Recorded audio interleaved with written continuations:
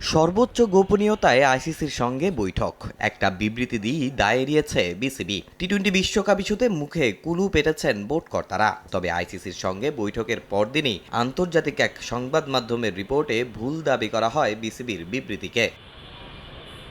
সংবাদে তাদের দাবি, বাংলাদেশে এসে বিসিবিকে আলটিমেটাম দিয়ে গেছে আইসিসির প্রতিনিধি। ভারতে বিশ্বকাপ না খেললে সুযোগ দেয়া হবে অন্য দলকে। তারা আরও দাবি করে 21 জানুয়ারির মধ্যেই বিসিবিকে জানাতে হবে ভারতে যাওয়ার বিষয়ে চূড়ান্ত সিদ্ধান্ত।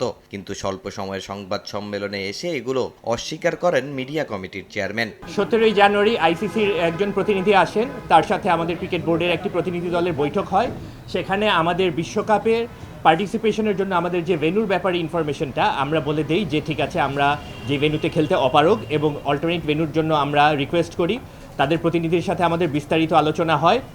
ওনারা তখন আমাদেরকে বলেন যে ঠিক আছে, এই ব্যাপারগুলো তারা যে আইসিসিকে অবহিত করবেন এবং পরবর্তীতে ডিসিশন আমাদেরকে জানিয়ে দিবেন।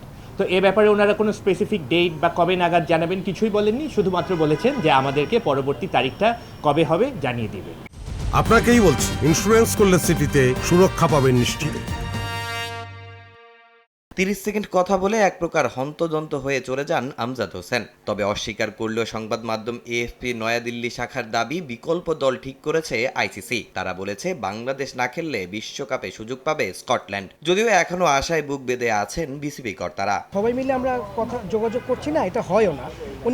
উনি যেদিন মিটিংয়ে করেছিলেন ওই দিন হয়তো কয়েকজন ইয়ে করেছেন, ওনারা ভালো বলতে পারবেন। আর এটা তো ধরেন একটা খুব ওনাদের একটা ডেলিকেট ইস্যু। এই ব্যাপারে আমরাও এখনও পর্যন্ত আমরা অতটা জানি না। নিশ্চয়ই আমরা আজকে কালকের মধ্যে হয়তো একটা কংক্রিট কিছু আমরা জানতে পারবো। এটা আমাদের বোর্ডের মাধ্যমে হয়তো আপনারাও জানতে পারবেন। এদিকে নানা বিতর্কের জন্ম দেয়া এম নাজমুল ইসলাম উত্তর দিয়েছে বিসিবির কারণ দর্শানো নোটিশের। এবার এ নিয়ে মুখ খুললেন বিসিবির ডিসিপ্লিনারি কমিটির চেয়ারম্যান। ওনাকে একটা শোকজ করা হয়েছে, উনি শোকজের উত্তর দিয়েছেন। তো সেই ব্যাপারে শোকজের উত্তরটা আমরা এটা বোর্ডের মাধ্যমে এটা বোর্ডে যাবে। বোর্ডে থেকে আমরা এটা আলোচনা করে এটা পরবর্তী কি হবে এটা আমরা জানাতে পারবো। তামিম হোসেন, সময় সংবাদ, ঢাকা।